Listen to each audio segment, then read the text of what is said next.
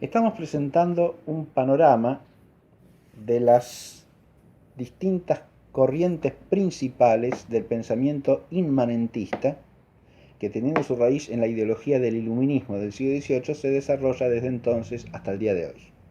Hemos señalado cuatro corrientes básicas: la empirista, podríamos llamarla, para seguir su decurso histórico, empirista, positivista, neopositivista, incluyendo todas las formas de utilitarismo y de pragmatismo, que son las variantes de lengua inglesa del positivismo. La segunda gran vertiente que señalamos es la del criticismo o idealismo trascendental, que incluye todas las formas de neocriticismo y neocantismo, hasta el día de hoy también. Estas dos formas pueden catalogarse bajo la denominación general de fenomenismo, porque tanto el empirismo como el criticismo no admiten otro objeto de conocimiento que el fenómeno, es decir, el objeto sensible. Hemos señalado también la diferencia fundamental entre estas dos líneas, y la doble diferencia básica está en dos consecuencias del empirismo que Kant no admite. Recordemos que el empirismo arranca con Locke y Hume, mientras que el criticismo o idealismo trascendental tiene su punto de partida en Kant. Son estos los grandes ideólogos de estas dos corrientes, ¿no? Originales, ideólogos fundadores, diríamos. Hay dos consecuencias del empirismo que Kant no está dispuesto a aceptar, que son, primero, el carácter meramente probable de la ciencia. Está plenamente de acuerdo con Hume en que ciencia no puede hablar más que de los fenómenos, o sea, no hay más que ciencia física, porque los dos quieren suprimir la metafísica como ciencia. Son antimetafísicos y anticristianos. Procuran eliminar tanto el horizonte metafísico como el horizonte superior aún de la fe. Y postulan la sola razón, como todos los iluministas. Pero la razón es una razón encerrada en lo fenoménico, que no puede hablar científicamente más que de los fenómenos. No hay más ciencia que la ciencia física, por tanto. La de orden físico, quiero decir, ¿no? Pero el problema del empirismo es que la ciencia física resulta meramente conjetural o probable.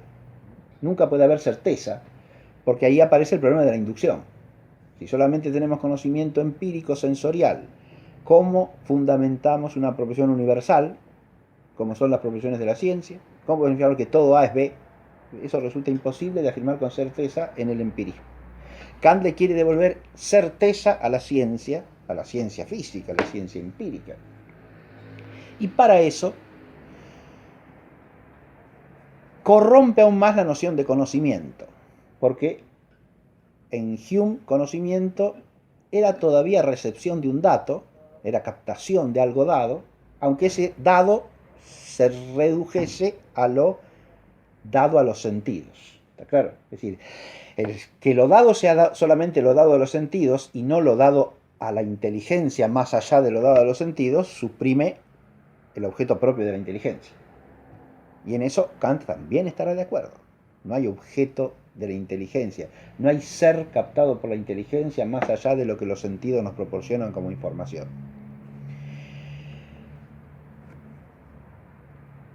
El problema es que Kant quiere volver a darle necesidad y por lo tanto certeza a las proposiciones universales de la ciencia empírica, o lo que él llamaría los juicios sintéticos a priori de la ciencia físico-matemática. Y para eso dije corrompe aún más la noción de conocimiento, porque no solo admite la reducción de conocer a conocer sensorial, o sea, conocimiento de fenómenos, que reduce la objetividad a la sola objetividad sensible, sino que además hace del conocimiento un acto constituyente o constructor del objeto. Es decir, el cognoscente, ¿qué hace? Proyecta sus formas subjetivas y sus categorías subjetivas. El cognoscente es la subjetividad trascendental que abarca a todos los hombres. Sus formas puras a priori de la sensibilidad, sus categorías del entendimiento, son proyectadas sobre los datos sensibles, constituyendo así el objeto. O sea que el objeto no es algo dado, sino algo constituido. Ahí viene la raíz del idealismo.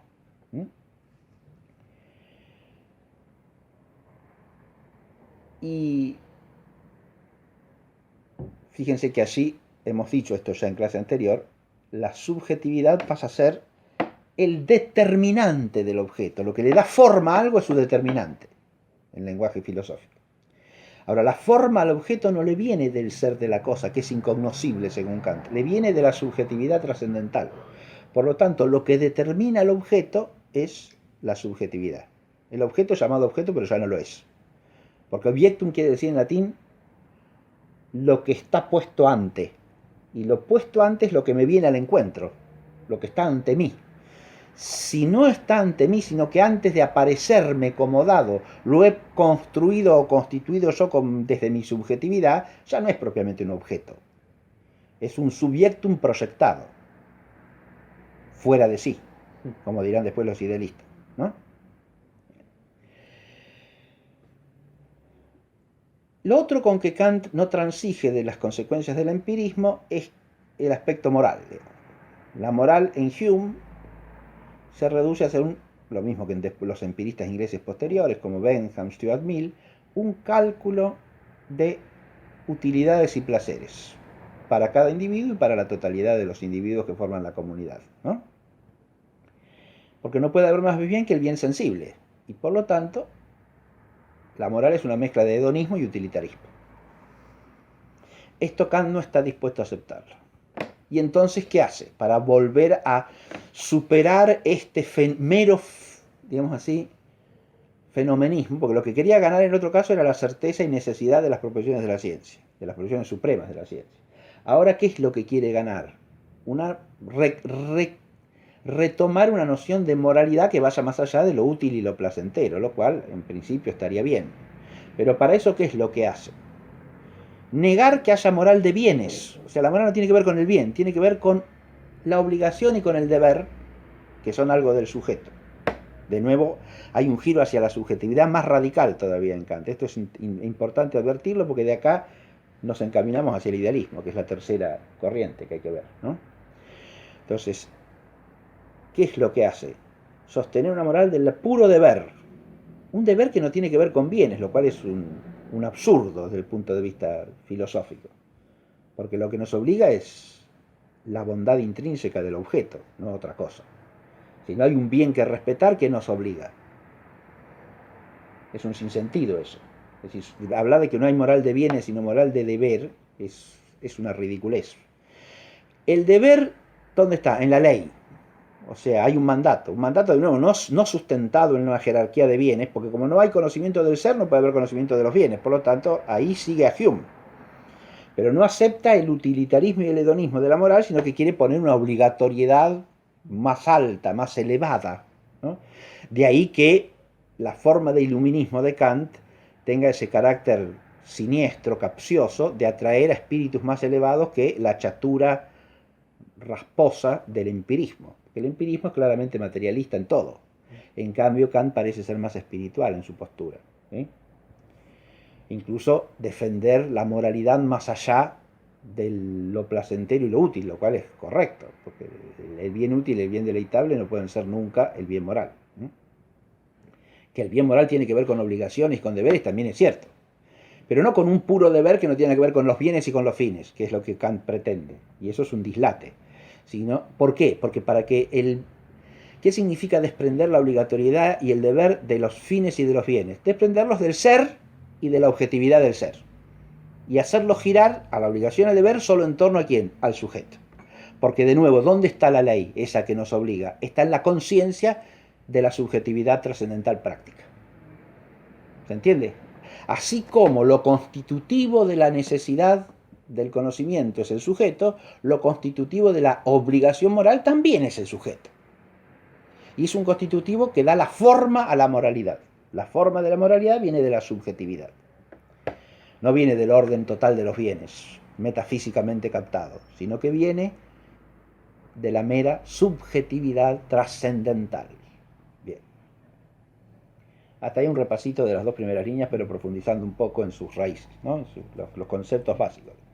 Y ahí van a beber Husserl, Heidegger, todos esos, ¿no? Y en gran medida sí, porque son autores que se mueven en un contexto histórico en el cual estas formas de pensamiento circulan como lo dominante en las universidades alemanas. Así que por lo menos en su formación tienen mucho de esto. Porque en textos de contemporánea hemos visto esos dos autores hasta ahora. Y creo Sí, que ya termina la... sobre todo yo diría más Husserl que Heidegger. Heidegger reacciona bastante contra esto, si uno lo lee con atención, en mi opinión, es una cuestión discutible. Heidegger reacciona bastante más que Husserl con respecto a todo esto que estoy diciendo de la trascendentalidad del conocimiento. Pero Husserl nunca sale de ahí. Por más que pretende salir, él postula una salida, pero no hace más que postularla, en mi opinión, y nunca llega a lograrla en absoluto. Es decir, él se encierra en el problema del método, y el problema del método lo va haciendo progresivamente más y más subjetivista en su planteo. Aunque ya está en el principio el problema de Husserl, porque pone entre paréntesis lo que no se puede poner entre paréntesis. Si usted pone entre paréntesis la existencia real de las cosas, se acabó el realismo. Si da por más evidente la subjetividad correlativa a la objetividad que la realidad, entonces ya está entrampado en el esquema del idealismo.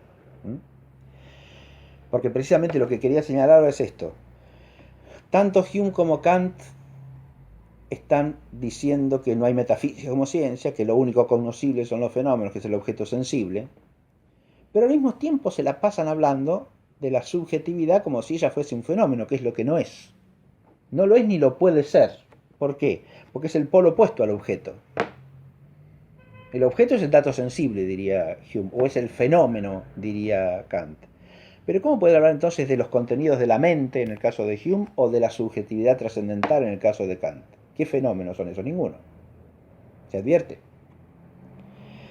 Ese es un problema al que tratará de dar respuesta el idealismo ya radical, porque el otro problema es que Kant admite la existencia de la cosa en sí, pero al mismo tiempo sosteniendo su incognoscibilidad.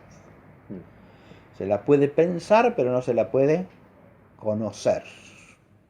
Existe, pero no sé lo que es, ¿no? Bien. Tanto la cosa en sí, que está flotando allá como una incógnita, como algo auténtico, incógnito lo digo ahora en sentido etimológico, algo totalmente desconocido, ¿no?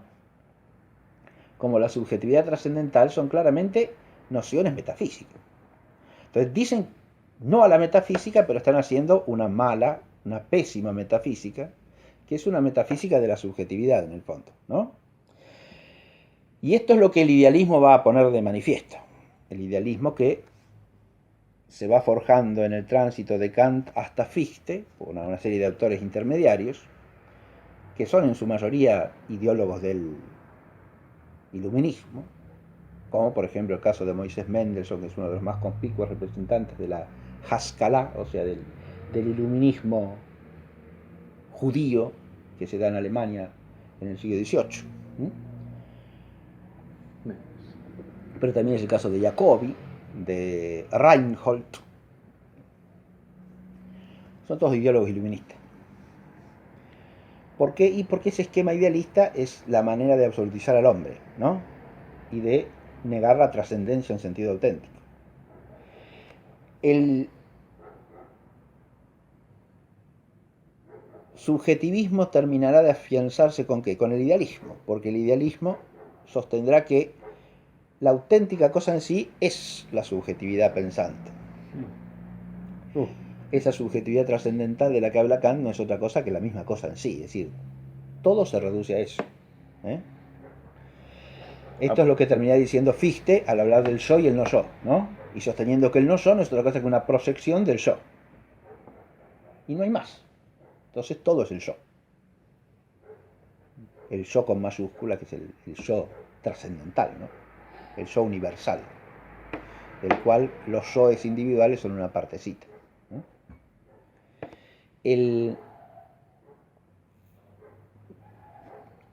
Pero el gran fundador de lo que podemos llamar el historicismo idealista es Hegel.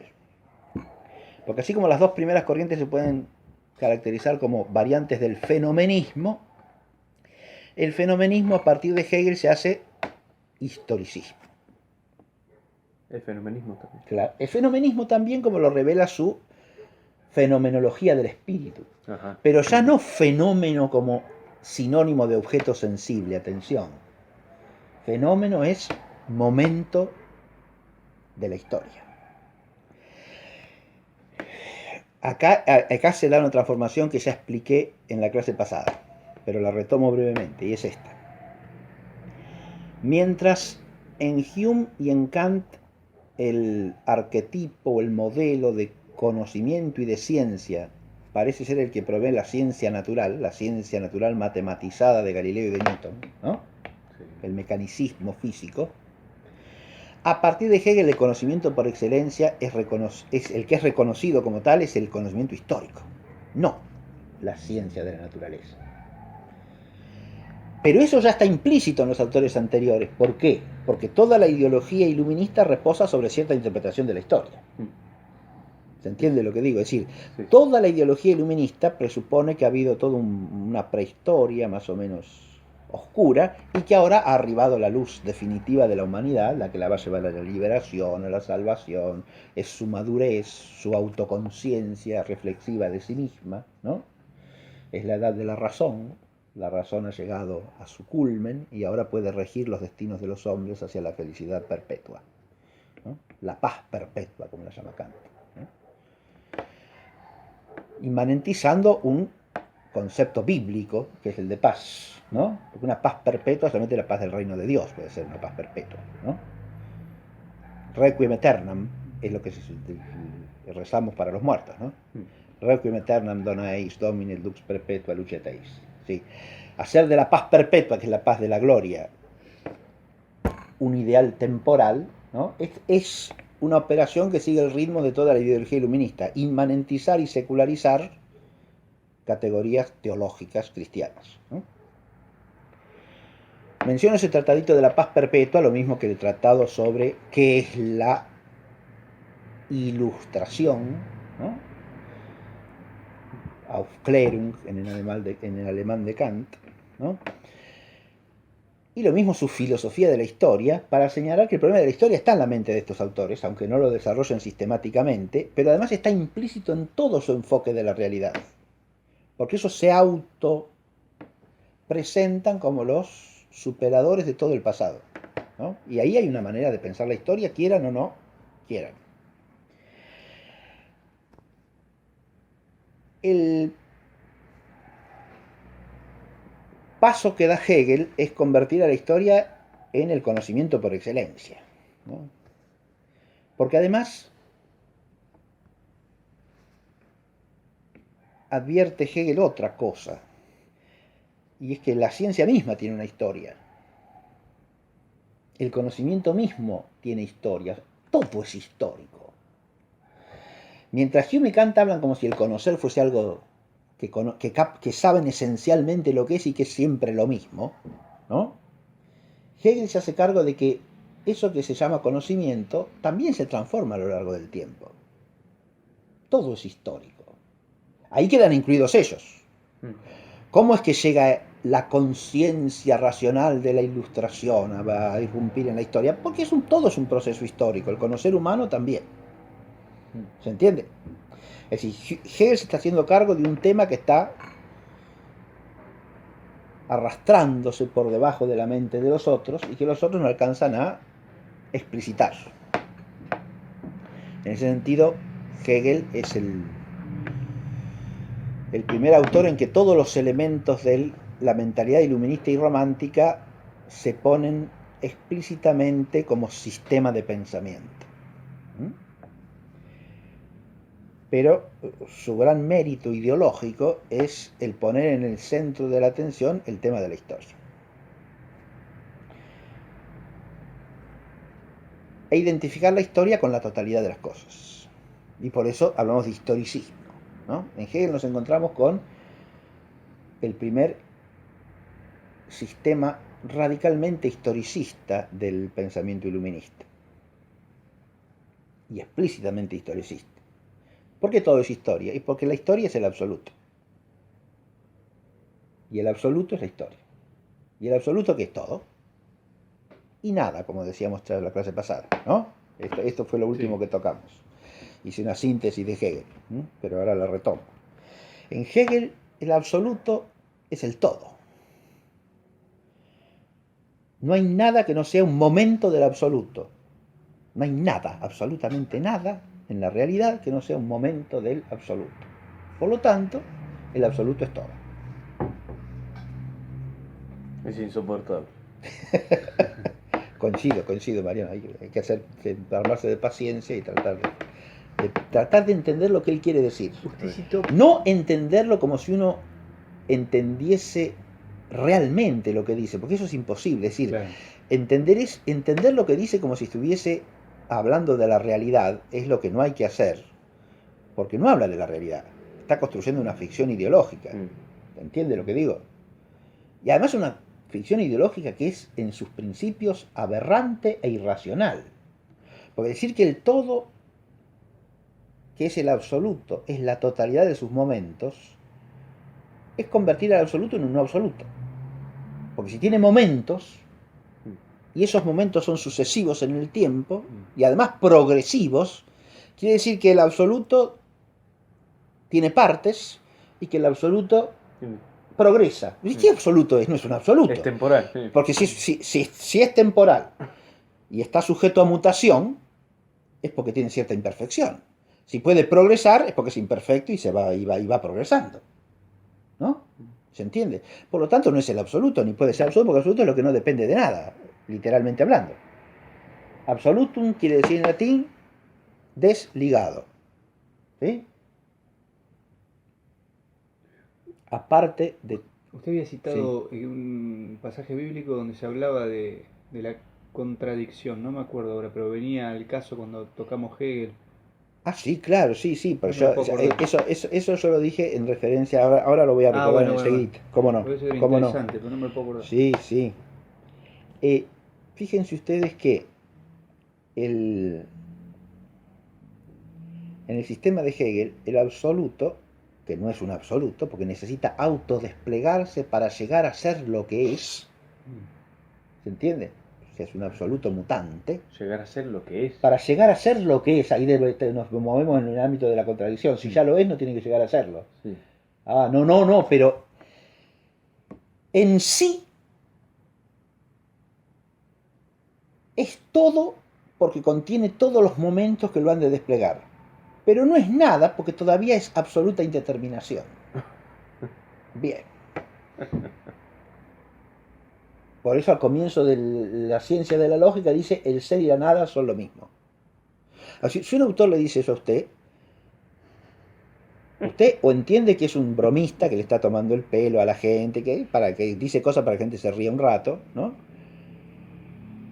O si es en serio, ya hay que tomarlo en serio, y no puede haber otra cosa ahí que puro satanismo. Eso es lo que yo había dicho la clase pasada y lo vuelvo a decir. Porque erigir la contradicción en absoluto es satánico. Es oponerse a la unidad, a la unicidad divina. Una de las consecuencias que tiene la unicidad del ser divino es que no puede haber contradicción en el ser de las cosas. Porque todo lo que es o es Dios o es criatura de Dios. Y por lo tanto tiene en su ser unicidad, identidad consigo mismo y repugnancia a la contradicción. ¿Se entiende lo que digo? Si la realidad está toda ella bajo la soberanía de un único principio, ¿qué es lo que repugna en el fondo de la realidad? Y la contradicción. Es claro esto, ¿no? Ahora, ¿quién introduce la contradicción? El que se opone a la voluntad de Dios. La contradicción está en el pecado, si se quiere, ¿no? Ahora, ¿quién es el padre de la mentira y del pecado? El maligno. Por lo tanto, ¿quién promueve la contradicción? Siempre Satán. Por eso, como dice el Evangelio, la casa de Satán es una casa dividida, porque está siempre contra sí misma, ¿no? En contradicción.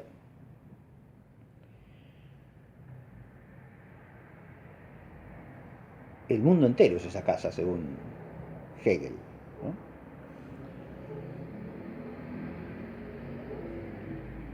La historia es el autodespliegue del absoluto. El absoluto se autodespliega y ese autodespliegue, que es la historia, es dialéctico. Ahora viene la apariencia de espiritualidad y de racionalidad, porque el absoluto parece que es un pensamiento que se piensa a sí mismo. Entonces su autodespliegue es una dialéctica. Y dice que la dialéctica es cosa de la inteligencia, ya desde Platón en adelante, ¿no? Platón llama dialéctica el método por el cual la inteligencia asciende desde las cosas compuestas y sensibles hacia sus principios y desde allí desciende desde los principios a las cosas para entenderlas una vez que ha captado el principio, ¿no? Eso es lo que Platón llama dialéctica, ese doble movimiento de la inteligencia racional humana desde las cosas inferiores a las superiores y después ascenso y el descenso de lo superior a lo inferior. Se llama el movimiento de análisis y de síntesis en el griego de Platón. Bien. Ahora, dialéctica significa otra cosa totalmente distinta. La palabra, de nuevo, como todas las palabras que el iluminismo maneja, está interiormente corrompida y lo único que conserva de la tradición es su prestigio, ¿sí? Al decir dialéctico parece que está diciendo algo que es lógico, racional, ¿no? Pero como su dialéctica tiene por motor la contradicción, es lo más irracional que puede haber. Se tendría que llamar antidialéctica, no dialéctica, ¿sí? O darle otro nombre, pero el nombre de dialéctica es antitético, es decir, le cae nada más que por usurpación de nombre, ¿se entiende? Porque es lo que no es, una dialéctica es lo que no es ni puede ser, un movimiento que tiene su base y raíz en la perpetua contradicción. ¿Cuál es la ley de la dialéctica hegeliana? Es una dialéctica triádica, decíamos, ¿no? Compuesta por la tesis, la antítesis y la síntesis. Son los tres momentos de la dialéctica hegeliana.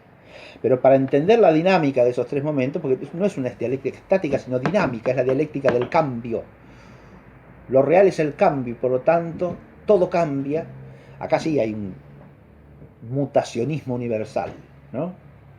Cosa que, como recordábamos en la clase pasada, no se da en Heráclito en absoluto. Pero sí en Hegel, porque en Hegel todo muta.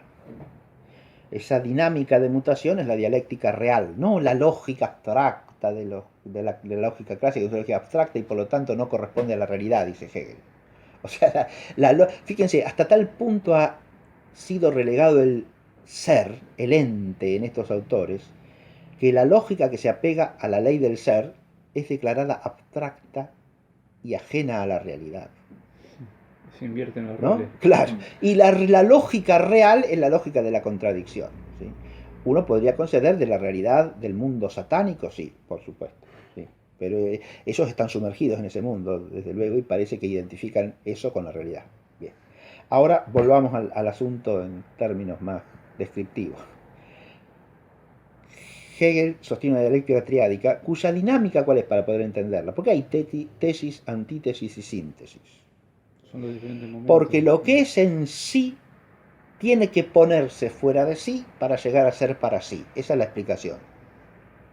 Esa es la razón del carácter triádico de la dialéctica, ¿no? Lo que es en sí tiene que ponerse fuera de sí para llegar a ser para sí. O sea, los tres momentos son el en sí, el fuera de sí y el para sí. Fíjense que con esto no hace más que recoger lo que viene del trasfondo. Hume, Kant, llegamos a Hegel. Ya hemos visto que en Kant el objeto dado es previamente puesto por la subjetividad en su constitución fundamental. Claro. O sea que en realidad es como el sujeto puesto fuera de sí, ¿o no? ¿Está claro lo que digo? El sujeto, Sí. La subjetividad está proyectada Sí. en la estructura, en la forma del objeto. Y por lo tanto es como una subjetividad fuera de sí, ¿no? Mm. Hasta que llega el genio de Kant y se da cuenta que el objeto procede del sujeto, ¿no? Adquiere conciencia.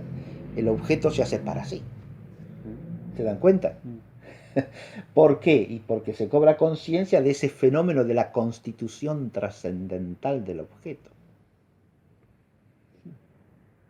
Y como dice Kant, eso es la revolución copernicana en la historia de la filosofía. Porque hasta acá se ha pensado que todo, en el conocimiento todo gira en torno al objeto y en realidad el centro de gravitación, el centro del sistema solar cognitivo es el sujeto, no el objeto.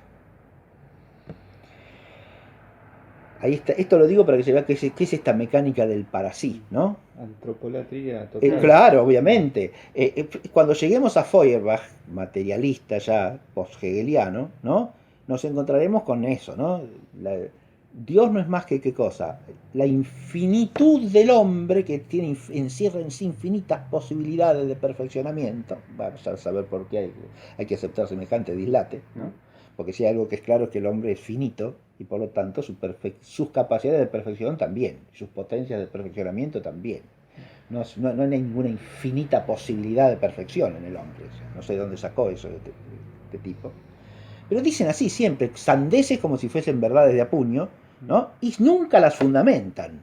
Porque no son filósofos. No se detienen a decir esto es así por esto y por esto.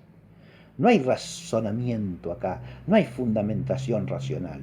Porque no hay procedimiento filosófico. Hay procedimiento pseudognóstico. Esto es así, es así, es así, son el oráculo de Delfos hablando, ¿sí? Largan sentencias y esas sentencias son la verdad porque las dicen ellos, que son los iluminados. Si uno parte de ese presupuesto se entiende que hablan así. ¿Está claro? Son los nuevos profetas de la humanidad. Porque tienen la iluminación suprema de la historia. Eso en Hegel es explícito, ¿no? Es decir, en mí, dice Hegel, en el sistema del idealismo absoluto, el absoluto ha llegado a su plena conciencia de sí. A la síntesis. A la síntesis final, claro, de la historia. En mí, en Hegel. En él, claro, en su sistema, sí.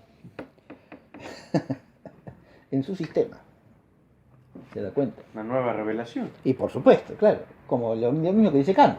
Sí. Ahora ha llegado la edad de las luces, ya el hombre ha superado su infancia, es adulto, ¿no? Ya ha llegado la revelación que lo hace maduro, pero esa le viene de la razón. Es una revelación puramente racional, es una gnosis que consiste en autoconocimiento, conocimiento de sí mismo.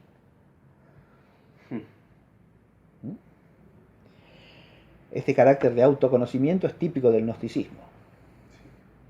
Para todo gnóstico, conocer es conocerse. ¿Por qué? Porque el gnóstico encierra en sí la sabiduría universal, porque es parte de lo divino. ¿Sí? Eso ya en los gnósticos antiguos está, ¿no? En el antiguo gnosticismo, Basílides, Valentín, el gnóstico, o sea, el espiritual, es pleromático, o sea, tiene su origen en el pleroma, es parte del pleroma que ha descendido al mundo visible. Y por eso encierra en sí el conocimiento. No necesita que le venga de fuera el conocimiento, lo tiene en sí mismo.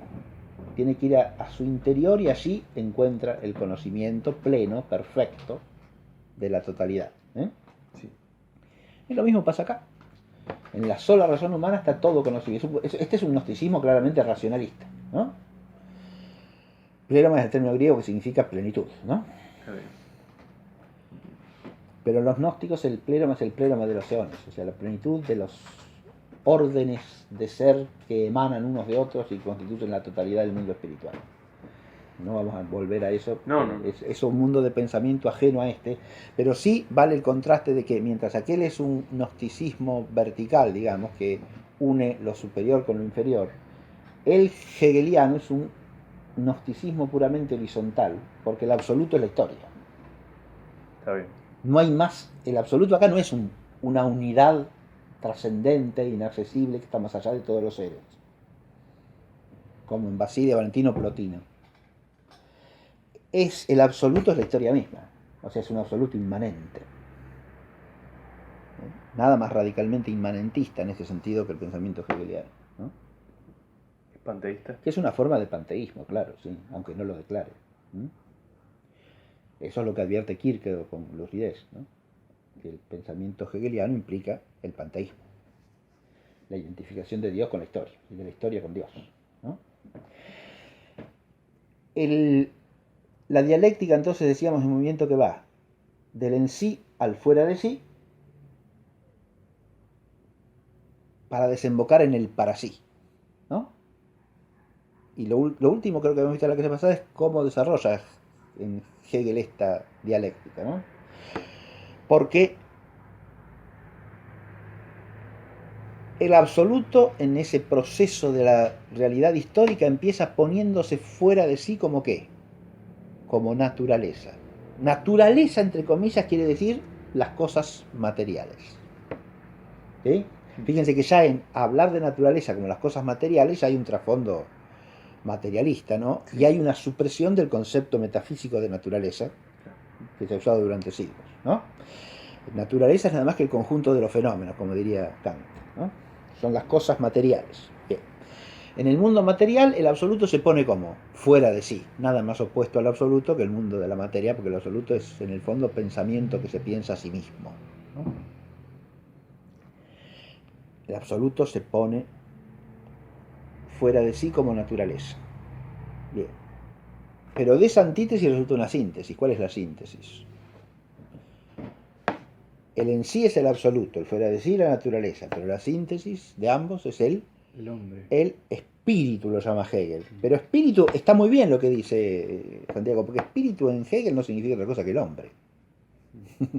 El espíritu es el espíritu humano. ¿Está claro lo que digo? No hay otro espíritu.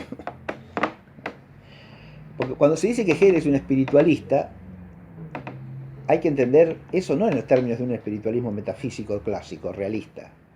Porque en ese sentido no es espiritualista en absoluto Hegel, al contrario. Desde el punto de vista del realismo clásico, Hegel es más bien un materialista, como ya dije en la clase pasada, porque su absoluto en sí es pura indeterminación. Claro. Y solamente el principio material es pura indeterminación. ¿Está claro? Entonces Hegel está absolutizando la materia en el fondo. Porque está absolutizando lo mutable, lo que cambia. ¿Está claro? Pero es aparentemente espiritualista porque está en contra del fisicismo, de la primacía de la ciencia natural, ¿no? Claro. Claro. Entonces destaca la historia, que es cosa del hombre, lo espiritual, que es lo que está por encima siempre de lo material. Es un espiritualismo de propaganda, diríamos, ¿no? Y de apariencia. Pero en el espíritu es la síntesis. El espíritu es el hombre, claro que sí. Ahora ese espíritu tiene eso en sí, que es el espíritu subjetivo.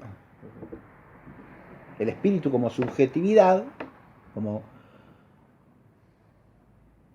psiquismo, como manifestaciones psíquicas y como conciencia, llega a ser ¿qué?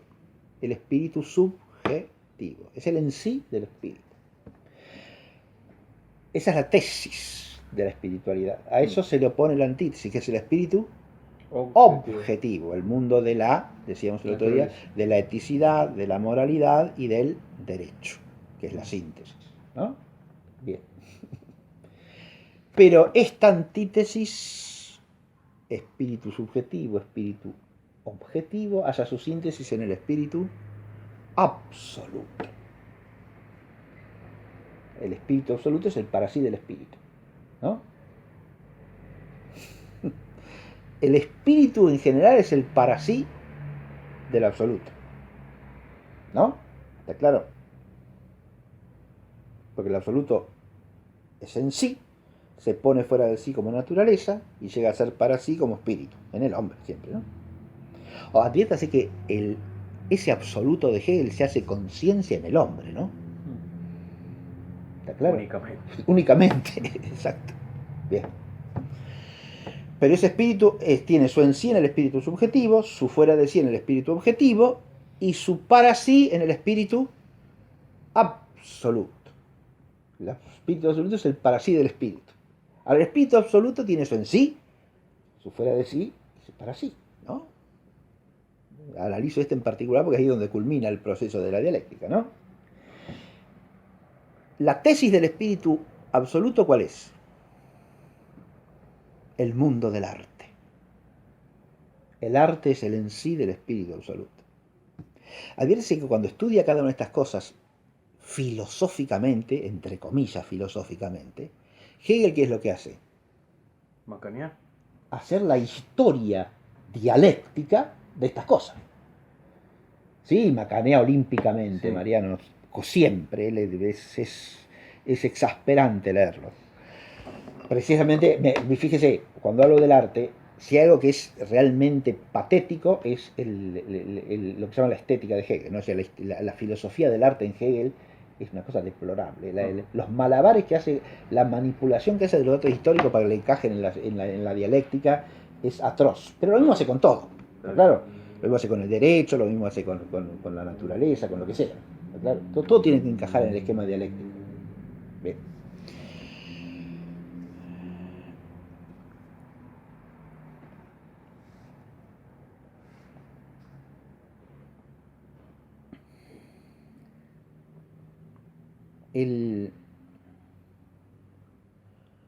El arte es el en sí del espíritu absoluto.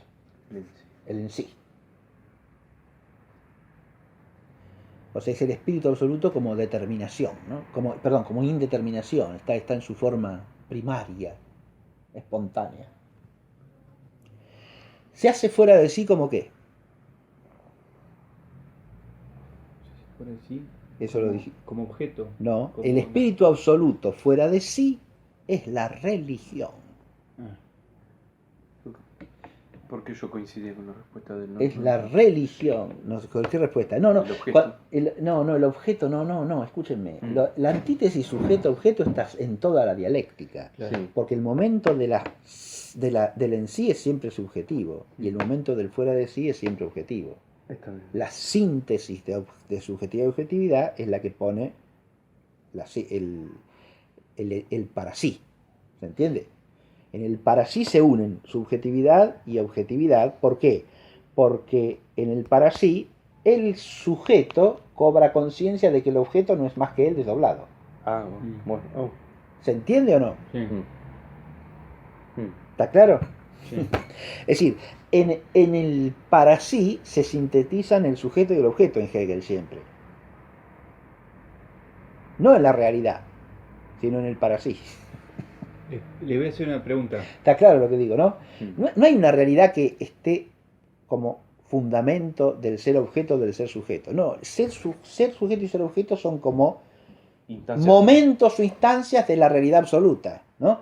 ¿Y qué sintetiza el sujeto y el objeto? El para sí. El momento en que el sujeto, que se ha puesto fuera de sí, como si fuese otra cosa que sí mismo, en el objeto, ahí está la antítesis, ¿no? ¿Está claro? Cobra conciencia reflexiva, conocimiento de que tanto lo uno como lo otro es él. Que tanto el sujeto como el objeto son él mismo. ¿Se entiende o no? Una parodia antitrinitaria. Claro, se da cuenta. También, eso también. Sí, Mariano, sí. Por eso os digo, si uno estudia con seriedad el pensamiento de Hegel, a mí no me cabe duda de que es un pensamiento profundamente satánico, ¿no? En todo, en su trama, en su constitución intrínseca y en sus consecuencias, ¿no? Porque basta con pensar que de ahí viene el marxismo para darse cuenta de lo que encierra en sí este pensamiento, ¿no? Del espíritu maligno que encierra en sí este pensamiento.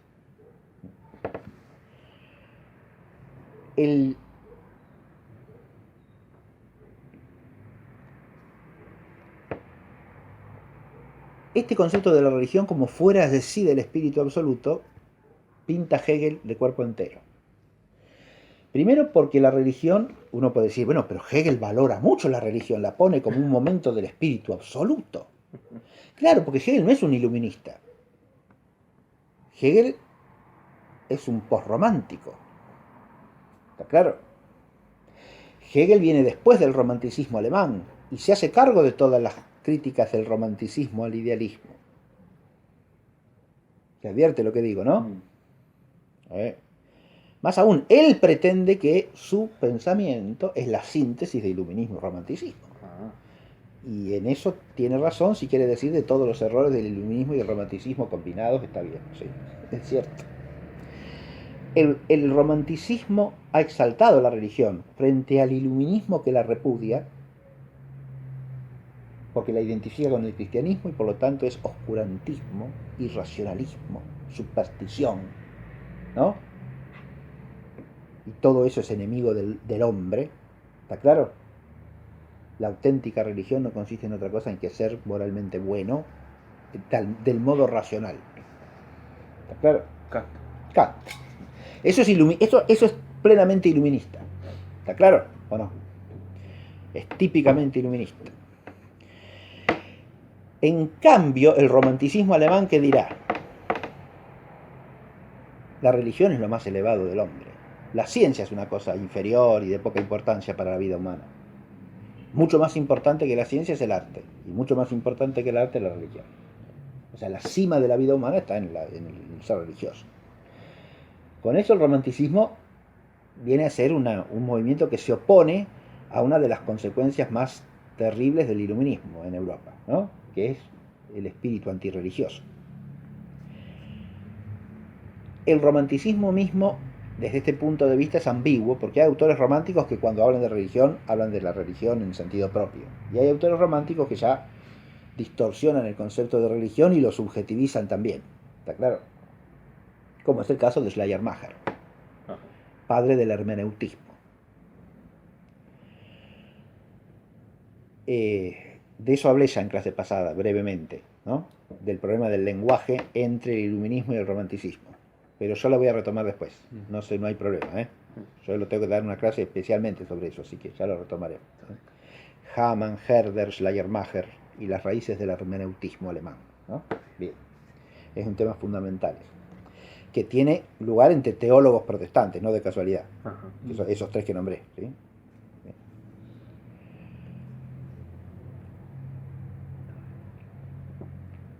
El pensamiento de Hegel está de acuerdo con el romanticismo en esto. La religión está en el plano más elevado del espíritu. ¿Se entiende?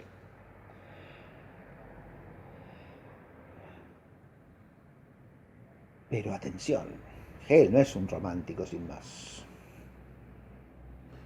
Él dice, y en esto, cuando habla de sí mismo,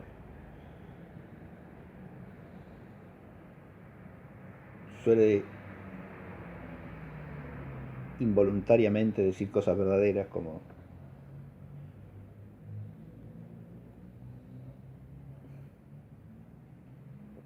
el que profetiza sin saberlo, ¿sí? Y Hegel dice de sí mismo que es como una síntesis de romanticismo y iluminismo. Por eso dije que acá se ve bien eso. Primero, ¿por qué? Porque esa religión que ha sido puesta en un lugar elevadísimo es entendida como el fuera de sí del espíritu absoluto. ¿Cómo es que el espíritu absoluto en la religión está fuera de sí?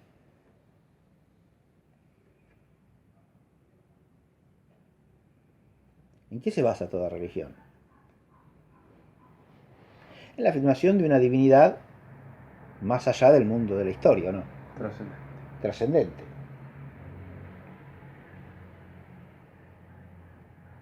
Eso es el fuera de sí del absoluto. Sí, está más ¿Se entiende o no? Está más Es decir, si hay algo en lo cual el inmanentismo de Hegel aparece con claridad, es un concepto de religión. En la religión el absoluto está puesto fuera de sí porque está puesto como un Dios distinto del mundo y de la historia. Como un objeto. Como una realidad que está fuera de la realidad. Claro. ¿Se entiende o no? Sí. Cuando el único principio divino es el absoluto mismo, que es la inmanencia absoluta. ¿Está claro esto? ¿Sabes? Entonces, el mundo de la religión es el mundo del espíritu absoluto fuera de sí. es el momento de la alienación. Ese es un concepto que Hegel ya acuña en la fenomenología del espíritu, ¿no? El momento del fuera de sí es el momento de la alienación. La alienación es hacerse otro, o ponerse como otro. En realidad, en la dialéctica de Hegel, es ponerse como otro, ¿no?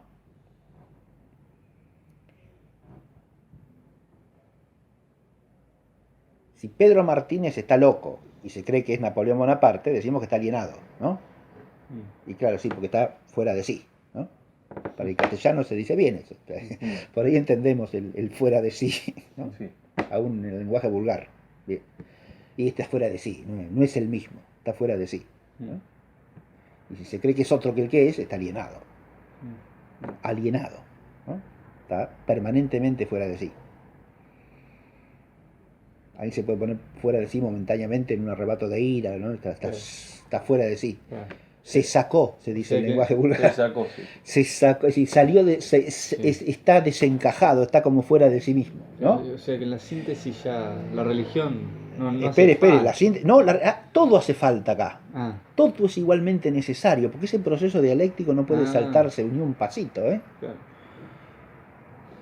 O sea, el absoluto está sometido a una ley que, claro, es su ley, pero su ley es una ley, Esclavista. claro, es una ley forzosa. ¿Por qué? Y porque en realidad es él y no es él la ley.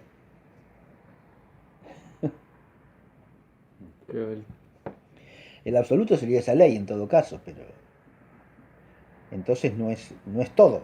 se acata a sí mismo. Es la ley del todo. No, es todo. Porque es todo y es nada. Insisto que para aceptar eso hay que sacarse la inteligencia racional, ¿no? Que es lo que hace Hegel. Y la suprime por una pseudo gnosis delirante, ¿no? En la cual el ser y la nada son lo mismo. Es el punto de partida. La auténtica alienación. Claro, esa es la auténtica alienación, ¿se da cuenta? Eso sí que es estar alienado. Admitir eso es estar totalmente alienado, claro. ¿Qué pasa con esta religión? La religión entonces es el fuera de sí del espíritu absoluto. Está puesta muy elevada, pero ojo, es el momento de la alienación.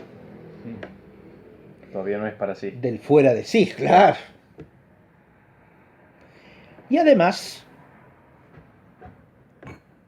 ahora viene el cierre. Si tenemos una antítesis, tiene que haber una síntesis, ¿o no? ¿Y cuál es la síntesis del arte y de la religión? Lo mismo, esperen, dejo colgando la pregunta un poquito y vuelvo. Yo les dije que cuando trata del arte, hace la historia dialéctica del arte, universal, ¿no? Supuestamente. Y cuando trata de la religión, exactamente lo mismo, ¿no? La historia dialéctica de la religión, que culmina en ¿qué?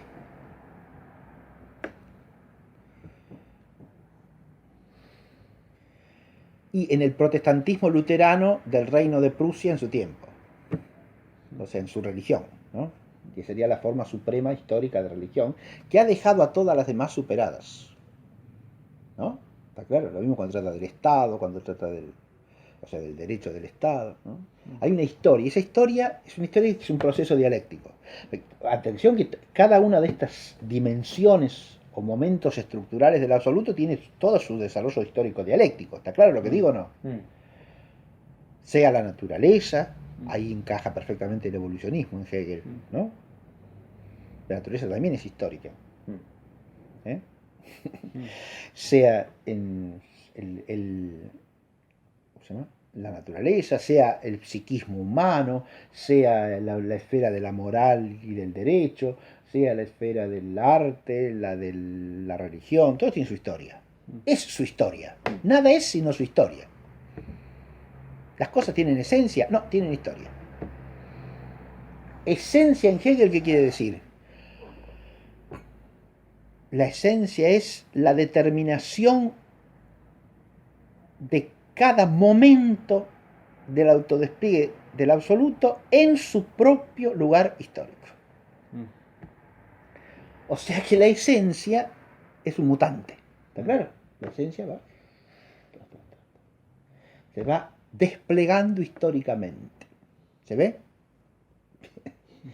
Digo, ¿a dónde va a parar esa historia, esa visión histórica ese historicismo de Hegel? ¿Es historicismo? ¿Se dan cuenta que es historicismo o no? Todo queda reducido a historia, pero además cada momento superior o ulterior de la historia deja superados a los anteriores. Ahí estoy usando un concepto que es hegeliano, concepto que en alemán se dice Aufhebung, ¿no? La Aufhebung es la superación que se produce con la síntesis de los momentos de la antítesis. Cuando llega la síntesis, la antítesis queda trascendida y recogida al mismo tiempo, por lo tanto superada. Todo lo que tenía la antítesis de positivo queda recogido en la síntesis, pero la contraposición misma queda superada, dejada fuera de la historia ya porque ya ha pasado, ya pasó, ya fue. ¿Se entiende? El ya fue es típicamente hegeliano, ¿sí? Ya fue, pues hay muchos hegelianos dando vueltas por el mundo, aunque no lo sepan. Una de las características más escabrosas y tenebrosas del pensamiento de Hegel es que influye aún en los que no saben que son hegelianos. Sí, nosotros. ¿Está claro lo que digo? Sí. Hay mucha gente que piensa hegelianamente sin saberlo. Porque el hegelianismo se ha introducido por múltiples disciplinas y sobre todo en el seno de la historia, de la historiografía, y entonces de rebote incide en el pensamiento de multitud de personas, aunque no saben que estén hegelianizando. ¿Está claro lo que digo? Vivir excesivamente pendiente del ya, de la hora. Por supuesto, esto también, sí. Y creyendo que lo que pasa ahora es la culminación de la historia, siempre. Y que todo lo que fue ya pasó y hay que... ya está superado. Eso es en la concepción de la historia de la religión de Hegel es así, obviamente. El protestantismo, ¿qué es? Es la superación de toda antítesis cristiana, ya está. El cristianismo llegó a su culmen. Pero no tampoco en cualquier protestantismo, sino en el protestantismo racionalista de su tiempo. Claro. No olvidemos que Hegel estudió teología en la Facultad de Teología Evangélica de la Universidad de Tübingen. Racionalista. De donde salió y donde fue profesor David Friedrich Strauss, padre del racionalismo protestante radical y propugnador de la desmitización del cristianismo. ¿Está claro? Desmitización. Todo lo que habla de un mundo más allá en los evangelios hay que suprimirlo como fábula propia de aquella época y nos tenemos que quedar con el núcleo fenoménico, que es el único conforme con la mentalidad científica y racional del hombre moderno. ¿Está claro? Eso es Strauss. ¿Sí? Bien. Antes de que pase otro tema, ¿le puedo hacer una pregunta? Se dan cuenta, conocer la historia del cristianismo y de la teología es importantísimo, porque si no, estos autores no podemos saber ni de dónde vienen ni a dónde van. Si no entendemos que Kant deriva del pietismo luterano de la segunda mitad del siglo XVII, no sabemos ubicar a Kant. El pietismo luterano del siglo XVII ya es una forma de inmanentismo religioso y cognitivo a la vez, porque lo que postulan los pietistas es una forma de cristianismo reducida a dos cosas: el sentimiento religioso de piedad, que está en el sujeto, subjetivo,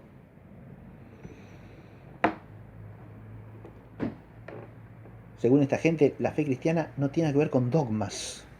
Imagínese usted. La verdad queda abolida. La única verdad es el sentimiento. Usted tiene sentimiento de piedad, ya es cristiano. Los dogmas son ajenos al cristianismo.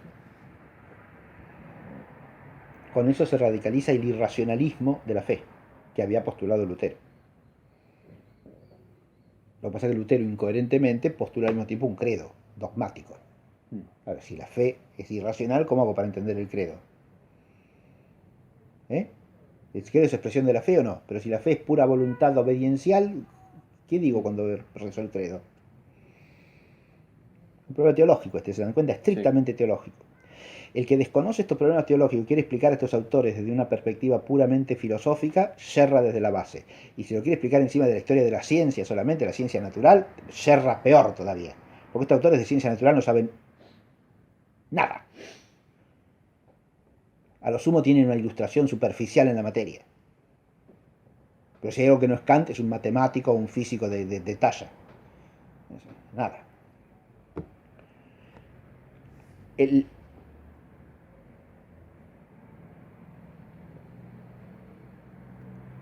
puede explicar a estos autores sin tener en cuenta el trasfondo religioso. Porque además son iluministas, o románticos, o las dos cosas a la vez.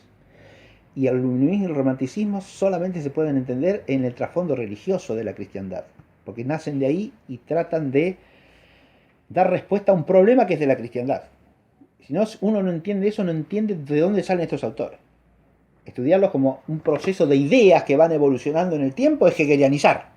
Es creer que la filosofía es un momento del absoluto que se despliega por sí solo, con una dialéctica determinada, ¿no? Y de esta idea brota esta otra, y viene la síntesis, de ahí viene la antítesis, y otra nueva síntesis, y así sucesivamente. Es creer que la historia de la filosofía es una historia de ideas que se combinan entre sí de una manera sucesiva. Y eso no es la historia de la filosofía. Pensamiento filosófico, el único tipo de cambio que en sí mismo admite es el perfeccionamiento de la misma verdad ya conocida. Primera cosa, como toda realidad humana. Y segundo, está siempre ligado a un trasfondo religioso. ¿Por qué? Porque nunca es la filosofía la que determina la cosmovisión de un pueblo histórico, sino la religión. ¿Está claro esto que digo? Esto desde el punto de vista histórico es una reflexión importante. Si no se entiende el sustrato religioso, no se entiende el marco en el cual se da el filosofar. Es el sustrato religioso el que posibilita filosofar o al revés lo hace imposible. Eso ya pasa en la antigüedad griega clásica. ¿Se entiende lo que digo? No en vano, la sofística en la antigüedad griega, que es antifilosófica, es al mismo tiempo, y más radicalmente todavía, antirreligiosa. Va contra la religiosidad clásica griega, que es el sustrato en el cual brota la filosofía griega. Lo que hace posible el filosofar en la Grecia clásica es el culto olímpico, con todas sus nociones religiosas básicas y fundamentales. Sin eso no puede aparecer la filosofía. En la medida en que eso empieza a retirarse históricamente, la filosofía también empieza a retroceder y a confundirse con otras cosas, que es lo que pasa en el contexto de los últimos siglos helenísticos. Y el cristianismo históricamente viene a rescatar a la filosofía y a darle nuevo hogar, un hogar más elevado todavía, ¿no? Pero, y se lo sigue dando en la medida en que el cristianismo ha asumido a la filosofía y la sigue cultivando, ¿no? Como una noble sierva, como diría, o como una bella cautiva, como diría Orígenes, que ha sido incorporada al pueblo de Dios una vez que ha sido debidamente purificado, ¿eh? Para que sea compatible con las cosas santas. Pero la filosofía no es un absoluto que tiene una historia en sí misma. Eso es hacerse historicista, ¿está claro? Es el hombre el que tiene historia, no la filosofía. La filosofía es un hábito humano en su ser entitativo. No es un momento del absoluto como lo piensa Hegel. ¿Acaso estoy poniendo un ejemplo de cómo el hegelianismo se introduce en los manuales de historia de la filosofía? Sí. ¿Ven? Sí. Y a través de los manuales de historia de la filosofía repercuten muchas mentalidades, aunque no se sepa que Hegel es el que está detrás. Este es el manual de historia de la filosofía fulanito de tal. Sí, pero fulanito de tal está pensando en hegeliano, mijo. ¿Se entiende? Porque si ese de la filosofía es un absoluto que se autodespliega en la historia, este es hegeliano.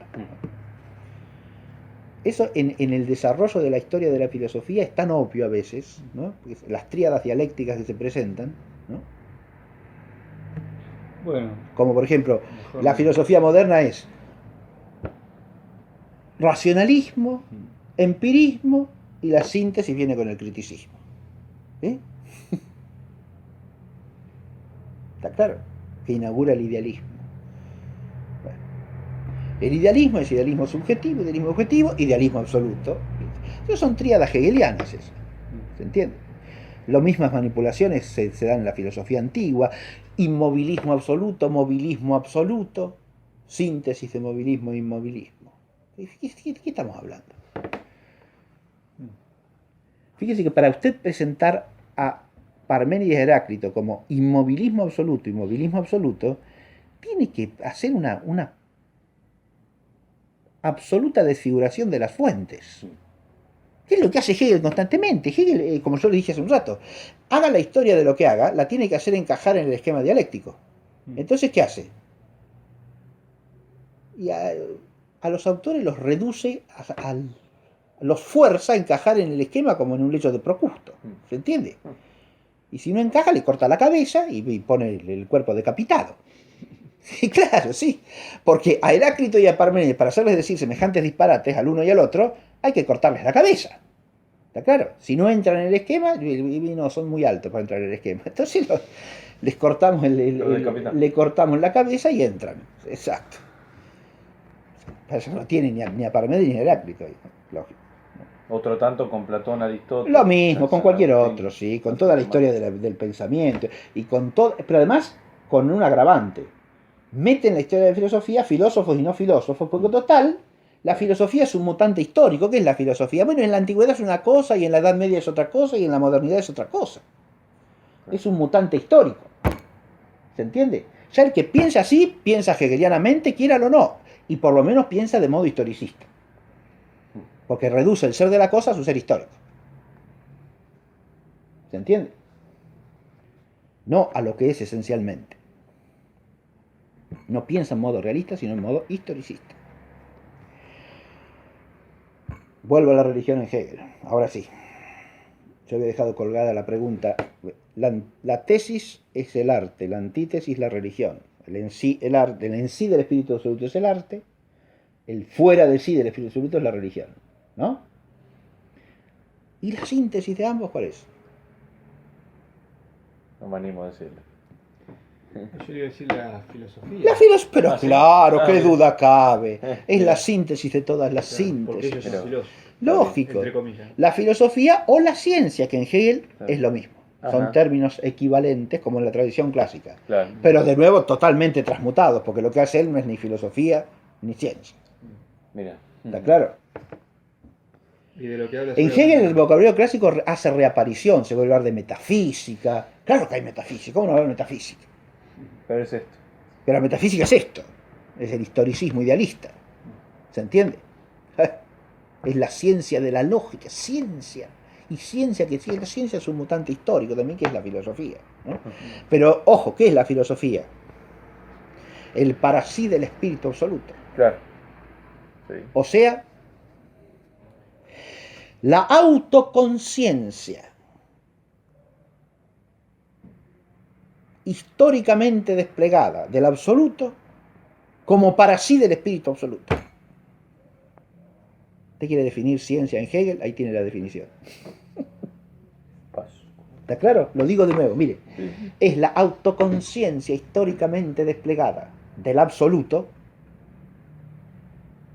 Porque ¿quién se hace consciente a lo largo de todo el proceso? Claro. En todos los procesos, cada para sí viene a ser el momento filosófico. Claro, sí. Pero, ojo, la filosofía es el para sí último porque es el para sí del espíritu absoluto. ¿Se entiende? No es el para sí como mero espíritu. No es el para sí del espíritu subjetivo, que es para sí de la subjetividad del espíritu. No es el para sí del espíritu objetivo, que es para sí del espíritu objetivo, que es un momento. ¿No? ¿Se entiende? El para sí del espíritu objetivo es el derecho, pero el derecho es síntesis del espíritu objetivo, no del espíritu sin más. No del espíritu absoluto. ¿Se entiende?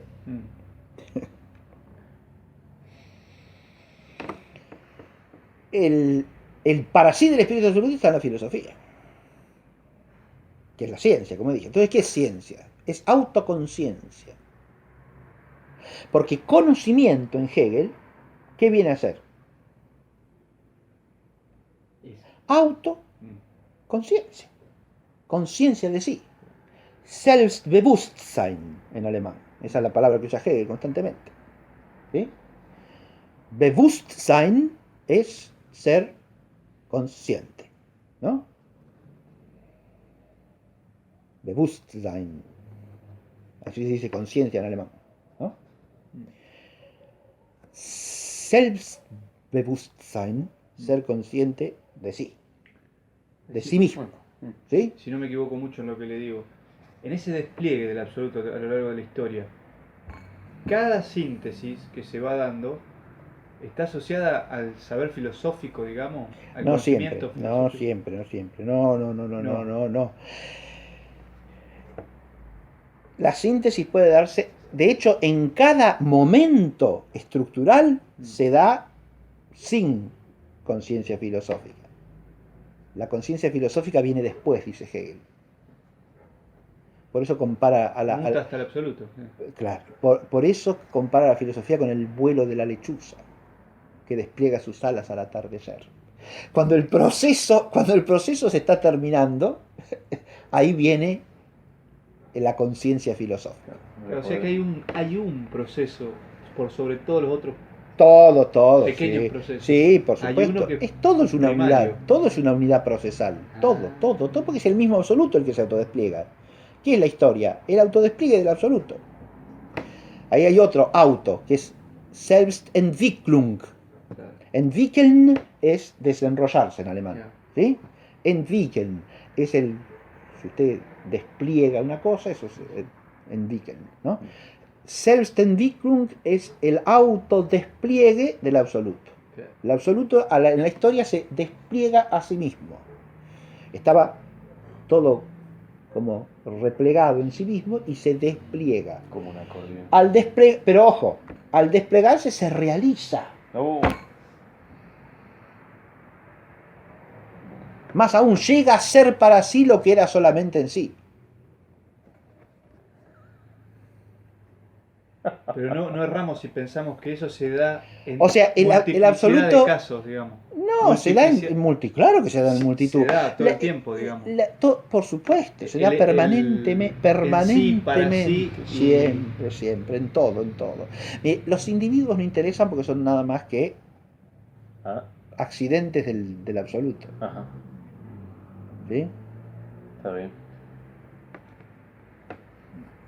Claro, no, lo estoy tratando de entender y no Hay se puede. individuos... No lo lleve a la realidad, nunca haga eso, claro, nunca trate de llevarlo a la realidad como para que le esclarezca Claro, la realidad. no, porque me oscurece. cada vez que No, quiero pensar. por supuesto, Sí. porque no habla de la realidad, eso es Claro, lo que hay que entender. Claro. No, por favor, Sí, no. sí. Si es de la realidad, de lo que no está hablando. Claro. Uno se rompe la cabeza tratando de entenderlo. No. Por eso les digo de entrada, es una advertencia preliminar esa. No traten de entender este sistema desde la realidad. Es lo que no se puede hacer. Claro. Porque no es un sistema con fundamento in re. Es un gran... El único fundamento es superficial. Él amontona datos, de información, erudición, sí, y la manipula para hacerla encajar, como les dije, en su esquema. Claro. Pero el esquema es lo que no tiene fundamento en la realidad. Y es lo único sustantivo del pensamiento de Hegel. ¿Está claro? Lo otro es la ilustración manipulada para darle al esquema apariencia de conocimiento y de correspondencia con la realidad. ¿Se ve? Lo mismo hará Marx con la historia. ¿Está claro? Claro, ahora enseguida paso a Marx. ¿Sí? Tenemos 1h15. Sí. Pero no termine todavía, porque fíjense, quiero decir una sola cosita más de Hegel. Cuando llegamos a la instancia suprema, que es la de la filosofía o ciencia, que es, como dije, autoconciencia del absoluto, ¿está claro hasta ahí la definición o no? Sí. Si digo autoconciencia es porque conocer en Hegel, en el fondo, ¿qué es? Es ser autoconsciente. ¿Pero quién? ¿El hombre? No. Bueno, sí y no, porque el absoluto se hace autoconsciente en los hombres. ¿Se entiende o no? En el hombre histórico, para ser más preciso. En la historia humana. ¿Sí? Antropolatría, sí. Sí es antropolátrico esto, por supuesto. absolutamente. El, esa autoconciencia del espíritu históricamente realizada o desplegada como para sí del espíritu absoluto. Ahí está la diferencia específica, la definición. Porque autoconciencia del absoluto es todo en el fondo. Todo para sí es autoconciencia del absoluto. ¿Está claro? Todo para sí en la estructura dialéctica de la realidad es autoconciencia de quién? Del absoluto. Pero la autoconciencia suprema del absoluto no se da ni en el espíritu subjetivo, ni en el espíritu objetivo, sino solamente en el espíritu absoluto. ¿Se entiende o no? Porque el espíritu como subjetividad es experiencia de sí, pero no conciencia. El espíritu como objetividad es espíritu puesto fuera, es decir, desdoblado, puesto como si fuese algo que está más allá. Sí. Y el espíritu como absoluto, ahora sí es autoconciencia. Pero esa autoconciencia tiene un momento espontáneo, su en sí, el arte. Un momento fuera de sí, la religión.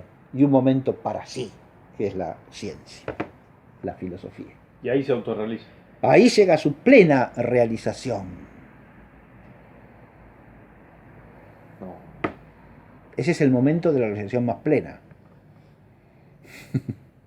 ¿Se entiende? No, dice. Claro, es lo que decíamos otra vez. Porque no ahí lo se, entendemos. porque fíjense, si el Pobre hombre. si el absoluto es un pensamiento que se piensa a sí mismo, que parece el primer momento de Aristóteles, se piensa a sí mismo, su realización suprema ¿cuándo está? Cuando se piense plenamente y perfectamente a sí mismo. Claro, entender los genes es no entender, decíamos la otra vez. Claro. ¿Cuándo se piensa plenamente a sí mismo? Y en la filosofía. En los grandes filósofos de la historia. El absoluto se piensa plenamente a sí mismo. No es como Marx, le da prestigio a la palabra todavía, Al espíritu. a la filosofía. La Claro, palabra filosofía. sin duda. Sí, señor. Como a la palabra religión. Sí, sí, Pero Sí. interpretadas en clave gnóstica y racionalista. claro. ¡Ah! ¿Se entiende esto? Mm. A ver. Y ahí está toda la trampa. Hay veneno, sí. En la sí, trampa sí, de sí, Hegel sí, cae, sí, sí. puede caer fácilmente mucha gente, ¿no? Sí, Porque cualquiera. sí, sí, porque es una trampa enorme. Mm. El,